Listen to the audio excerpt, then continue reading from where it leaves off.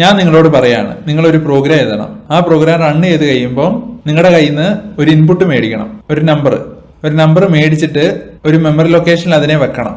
എന്നിട്ട് ആ ലൊക്കേഷൻ നിങ്ങൾ ഏന്ന് പേര് കൊടുക്കണം. അതെങ്ങനെയായിരിക്കും ചെയ്യുക? എ ഈക്വൽ ടു ഇൻപുട്ട് എന്ന് പറഞ്ഞ ഒരു ഫംഗ്ഷൻ ഉണ്ട്.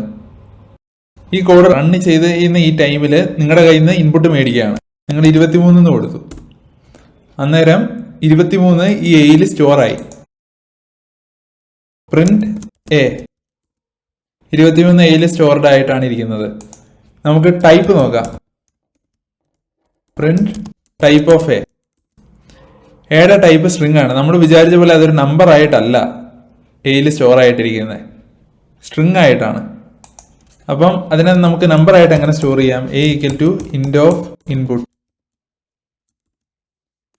23 കൊടുക്കുക.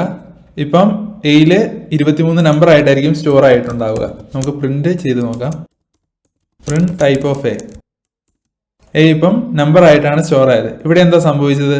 ഇൻപുട്ട് എന്ന് പറഞ്ഞാൽ സ്ട്രിംഗ് ആയിരിക്കും യൂസറിൽ നിന്ന് മേടിക്കുക. നമ്പറാണ് നമ്മൾ എൻ്റർ ചെയ്യുന്നതെങ്കിൽ അതിനെ നമ്മൾ ഇൻറ്റീജർ ആക്കി മാറ്റേണ്ടിയിരിക്കുന്നു. അതിനുവേണ്ടി നമ്മൾ ഇൻറ്റ് എന്ന് പറഞ്ഞ ഫംഗ്ഷൻ യൂസ് ചെയ്യുന്നു. അത്രേ ഉള്ളൂ ഗൈസ്.